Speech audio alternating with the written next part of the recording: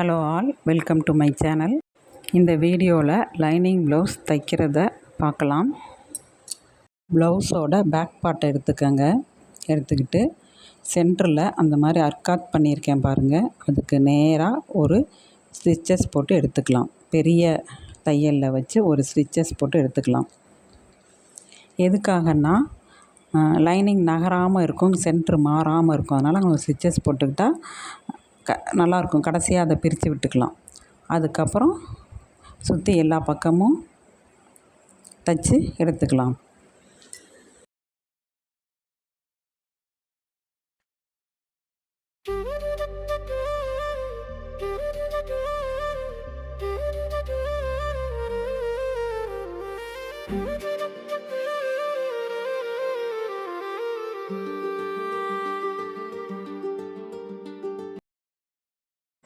Back side dot பிடிக்கிறதுக்கு mark பண்ணி 2 பக்கமும் டாட் பிடிச்சி எடுத்துக்கலாம்.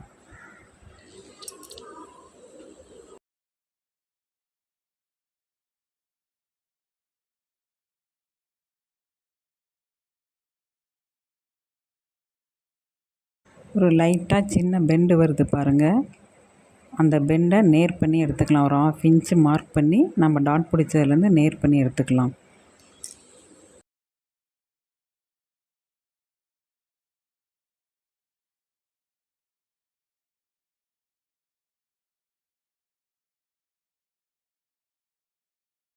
அதுக்கப்புறம் கீழ்ப்பக்கம் ஒரு 1/2 இன்ச் மடித்து தைச்சிக்கலாம்.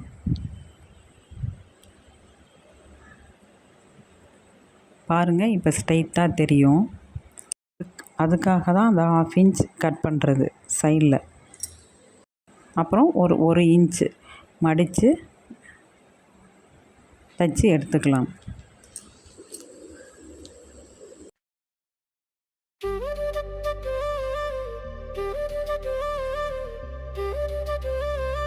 அதுக்கப்புறம் ஃப்ரண்ட் பார்ட்டை எடுத்து டாட் பிடிக்கிறதுக்கு மார்க் பண்ணி எடுத்துக்கலாம். லைனிங்கை ஒரிஜினல் கிளாத் மேலே வச்சு ஸ்டிச் பண்ணி எடுத்துக்கலாம். கிளாத்து நகராமல் இருக்கிறதுக்காக சென்டர் டாட்லேருந்து ஆம்கோல் டாட் வரைக்கும் ஒரு ஸ்டிச்சஸ் போட்டு எடுத்துக்கலாம். அதே மாதிரி பட்டி பக்கம் இருக்க டாட்டுக்கிட்டேயும் ஒரு ஸ்டிச்சஸ் போட்டு எடுத்துக்கலாம். பாருங்கள், நான் அதில் கோடு லைன் போட்டு காட்டியிருப்பேன். அதை இது மாதிரி ஸ்டிச்சஸ் பண்ணி எடுத்துக்கிட்டிங்கன்னா துணி நகராது. டாட் பிடிக்கிறதுக்கும் ரொம்ப ஈஸியாக இருக்கும். டாட்டும் விலகி போகாது. இதை ட்ரை பண்ணி பாருங்கள். இது ஒரு சின்ன டிப்பு. எக்ஸ்ட்ரா கிளாத்தெல்லாம் கட் பண்ணி எடுத்துக்கோங்க.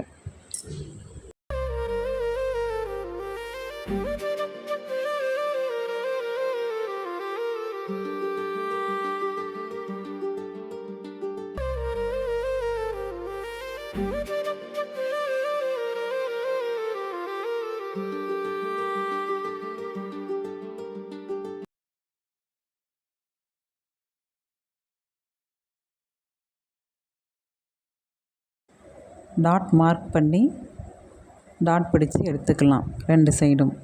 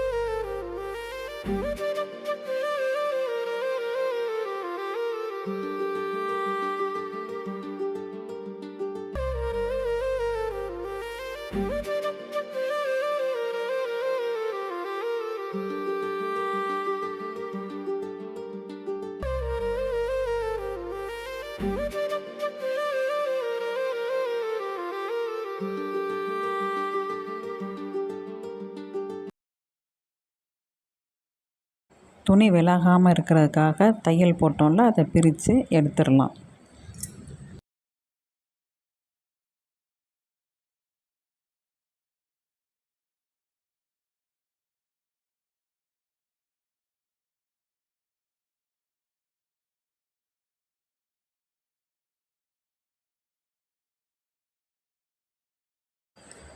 அப்புறம் பட்டியை மார்க் பண்ணி பட்டி கட் பண்ணி எடுத்துக்கலாம். அப்புறம் பட்டி ஸ்டிச் பண்ணலாம்.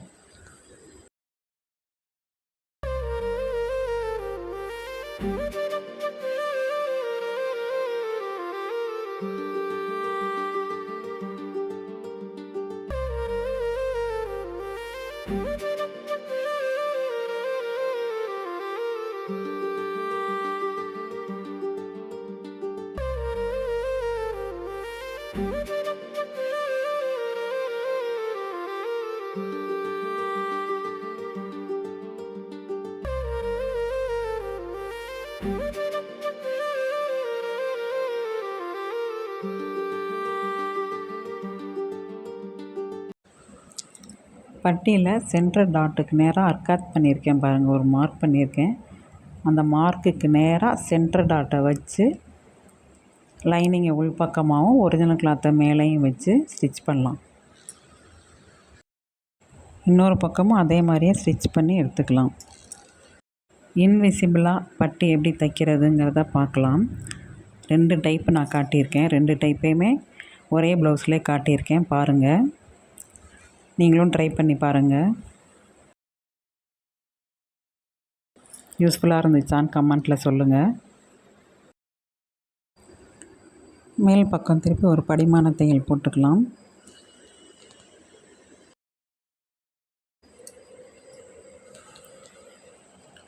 பாருங்கள், ஃப்ரண்ட்டில் அந்த ஸ்ட்ரைட்டு வெட்டுறதுக்கு ஒரு சின்ன டிப் பாருங்கள். அந்த ப்ளவுஸோட கப்பு இருந்துச்சுன்னா அதை எடுத்து உள்ளே வச்சிங்கன்னா அந்த ஸ்ட்ரைட்டு கிடச்சிரும் உங்களுக்கு. ஈஸியாக ஸ்கேல் வச்சு கட் பண்ணலாம். ட்ரை பண்ணி பாருங்கள். கமெண்ட்டில் சொல்லுங்கள் யூஸ்ஃபுல்லாக இருந்துச்சா டிப்ஸ் எல்லாம் அப்படின்னு.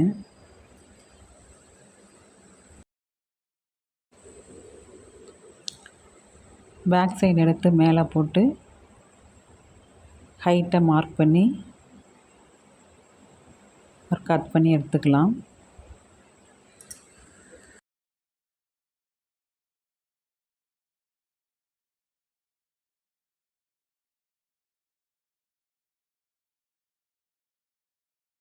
ஹைட்டுக்கு நேராக லைன் போட்டு எடுத்து ஷோல்டர்லேருந்து அப்படியே சுருட்டிக்கிட்டே வந்து உள்ளே வச்சு லைனிங்கும் ஒரிஜினலையும் நான் காமிக்கிறேன் பாருங்கள். அது மாதிரி தைச்சு உள்ளேருந்து எடுத்துட்டிங்கன்னா இன்விசிபிளாக பட்டி கிடச்சிரும். இது ஒரு மெத்தடு.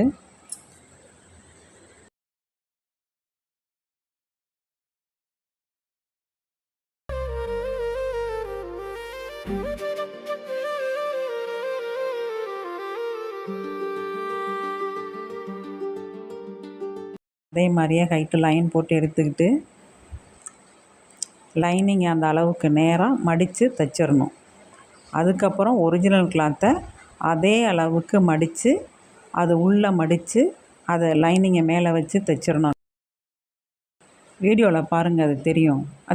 அப்படி தைச்சிட்டிங்கன்னா இன்விசிபிளாக இருக்கும் பட்டி. சுருட்டெல்லாம் வேண்டியதில்லை, சுருட்டாமல் கசங்காமல் இருக்கும் ப்ளவுஸு. இது இன்னொரு மெத்தடு பட்டி இன்விசிபிளாக தைக்கிறது.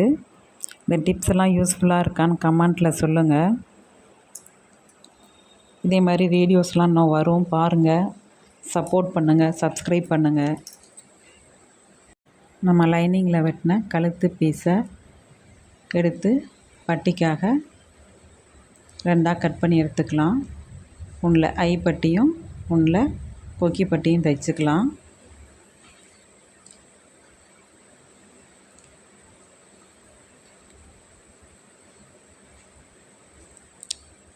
ஐப்பட்டி தைக்கிறதுக்கு லைனிங்கை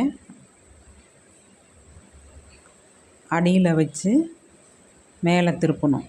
அதாவது உள் பக்கம் வச்சு மேல் பக்கம் திருப்பணும். இப்படி மேல் பக்கம் தைச்சி எடுத்துக்கணும். எக்ஸ்ட்ரா ஒரு தையல் போட்டுக்கணும். அந்த லைனில் வந்து நம்ம ஐ கட்டிக்கலாம். அதுக்காக ஹூக் பட்டியை நல்ல பக்கம், அதாவது மேல் பக்கம் வச்சு தைச்சி உள் பக்கம் திருப்பிக்கணும்.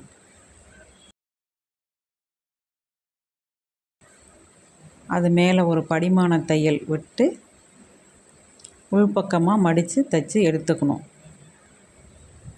இதில் ஹூக் கட்டிக்கலாம். ஹூக் கட்டுறது, ஐ கட்டுறது இதெல்லாம் நான் ஷார்ட்ஸில் போட்டிருக்கேன், பாருங்கள்.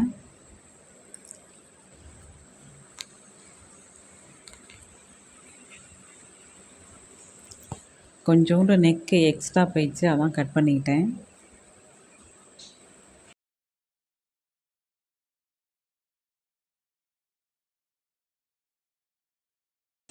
ஷோல்டர் ஜாயின் பண்ணிக்கலாம். ஷோல்டர் பாருங்கள், இன்விசிபிளாக எப்படி ஜாயின் பண்ணுறது அப்படின்னு காட்டியிருக்கேன் பாருங்கள். அந்த லைனிங் பக்கம் ரெண்டையும் ஒன்றா வச்சு ஜாயின் பண்ணிவிட்டு விரித்து வச்சு மேலே ஒரு படிமான தையல் விட்டுக்கிட்டு நமக்கு ஷோல்டர் நம்ம எவ்வளோ விட்டுருக்கோமோ அந்த அளவுக்கு ஷோல்டர் தைச்சி எடுத்துக்கணும். பாருங்கள், இன்விசிபிளாக இருக்கும். அதே மாதிரியே இன்னொரு ஷோல்டரையும் தைச்சி எடுத்துக்கலாம்.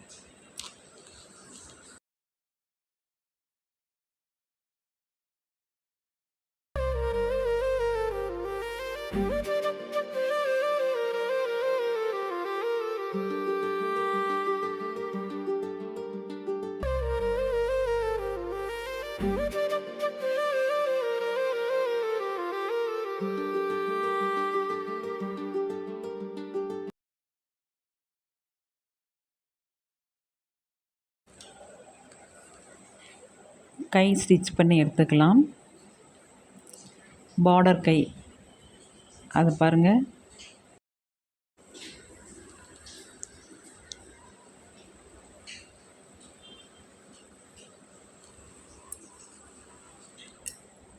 கையோட கீழ் சுற்றளவு இருக்குது இல்லைங்களா, அதை ரெண்டையும் லைனிங் ஒரிஜினல் ரெண்டையும் ஆப்போசிட்டாக போட்டு அந்த கரை பார்டர் இருக்கிறத அந்த லைனிங் மேலே எடுத்து வச்சு அந்த பார்டர் மேலே ஒரு ஸ்டிச் பண்ணுங்கள். வீடியோவில் பாருங்கள், தெளிவாக தெரியும். அதுக்கப்புறம் உள்ளே மடித்து கீழே எட்ஜில் ஒரு தையல், அப்புறம் பார்டரில் ஒரு தையல் மேலே போட்டுக்கிட்டிங்கன்னா பார்டர் வந்து அப்படியே ஸ்டிஃபாக அப்படியே இருக்கும். அதுக்காக எக்ஸ்ட்ரா அந்த பார்டர் மேலே ஒரு தையல் போட்டுக்கலாம். அதுக்கப்புறம் லைனிங்கையும் ஒரிஜினலையும் தைச்சி எடுத்துக்கலாம். லைனிங்கையும் ஒரிஜினலையும் அட்டாச் பண்ணி தையல் போட்டு எடுத்துக்கலாம். அதே மாதிரியே இன்னொரு கையையும் ஸ்டிச் பண்ணி ரெடி பண்ணி எடுத்துக்கலாம்.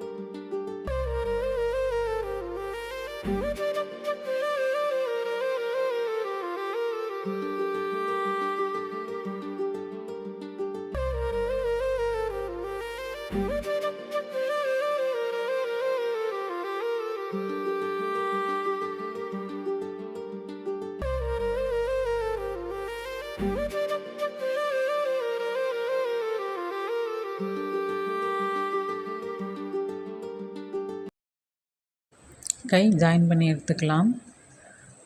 அதுக்கு நம்ம பாடியிலையும் கையிலையும் மார்க் பண்ணி எடுத்துக்கணும். பாடியில் ஆம்கோல், மார்பு சுற்றளவு, ஷோல்டர், ஃப்ரண்ட்டு பேக்கு மார்பு சுற்றளவு, ஷோல்டர் மார்க் பண்ணிக்கணும். அதே மாதிரி கையிலையும் ஆம்கோல் சுற்றளவை மார்க் பண்ணி அந்த அர்க்காத் பண்ணி அதுக்கு நேராக அப்படியே பொறுமையாக வச்சு தைச்சிக்கிட்டு வரணும். கையை தான் ஆம்கோலில் கொண்டாந்து வச்சு தைக்கணும். ஆம்கோலை இழுக்கக்கூடாது. அங்கே பாருங்கள், கரெக்டாக ஷோல்டரும் கையோட சென்டரும் கரெக்டாக ஜாயிண்ட் ஆகுது பாருங்கள். பொறுமையாக தைக்கணும். கை தைக்கும்போது அப்போ தான் கரெக்டாக வரும். கொஞ்சம் கொஞ்சமாக தைக்கணும். நிறுத்தி நிறுத்தி தைக்கணும். கை துணியில் லைட்டாக சுருக்கம் வர்ற மாதிரி இருக்கும். அப்படி தான் இருக்கும். அப்படி இருந்தால் தான் கரெக்டாக ஃபிட் ஆகும். கரெக்டாக பாருங்கள், அந்த மார்பு சுற்றளவோட அந்த கை சுற்றளவு வந்து கரெக்டாக ஜாயிண்ட் ஆகிருக்கு பாருங்கள். அதே மாதிரியே இன்னொரு கையையும் ஸ்டிச் பண்ணி 2 தையல் போட்டு எடுத்துக்கணும்.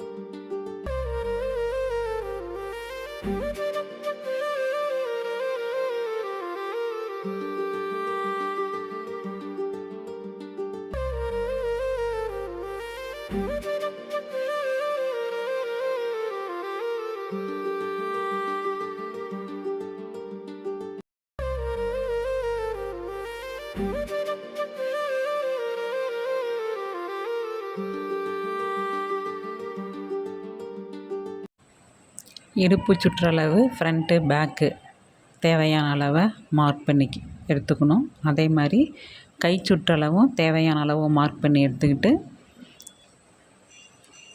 நம்ம பிசிறு தெரியாமல் இன்விசிபிளாக சைடு ஜாயின் பண்ணலாம். அதில் இந்த டிப்பும் இதில் இருக்குது பாருங்கள். லைனிங் ரெண்டையும் ஒன்றா சேர்த்து வச்சு ஒரிஜினல் கிளாத்தில் மேல் பக்கம் ஒரு எட்ஜில் ஒரு தையல் போட்டுக்கோங்க. எக்ஸஸ் கிளாத்தெல்லாம் கட் பண்ணிவிட்டு அப்புறம் திருப்பி விட்டு உள் பக்கம் லைனிங் கிளாத்தில் நம்ம கை சுற்றளவு, ஆம்கோல் சுற்றளவு, இடுப்பு சுற்றளவு இதை 3ஐயும் நேர் பண்ணி ஒரு லைன் போட்டிருப்போம். அந்த லைனுக்கு நேராக தைச்சி எடுத்துக்கோங்க. தைச்சி எடுத்துகிட்டேன் இன்விசிபிளாக சைடு ஜாயின் பண்ணிடலாம். அதே மாதிரி இன்னொரு சைடும் ஜாயின் பண்ணி எடுத்துக்கலாம்.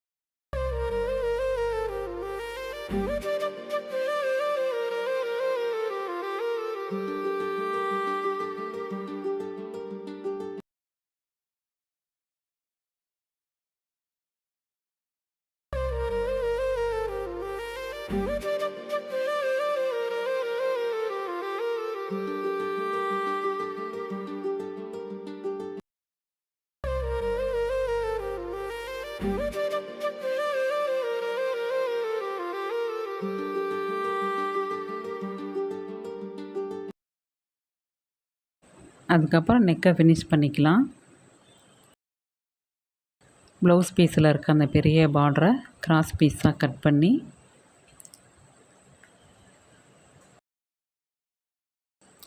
பைப்பிங் நெக் தைச்சி எடுத்துக்க போகிறோம்.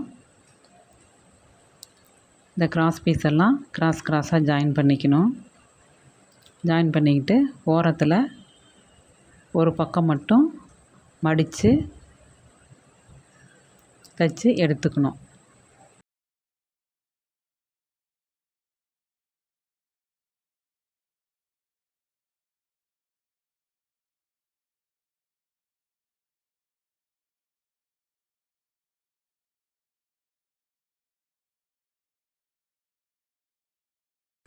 அதுக்கப்புறம் ப்ளவுஸ் நெக்கில் வச்சு ஸ்டிச் பண்ணணும். ப்ளவுஸ் நெக்கில் மேல் பக்கம் வச்சு ஸ்டிச் பண்ணணும்.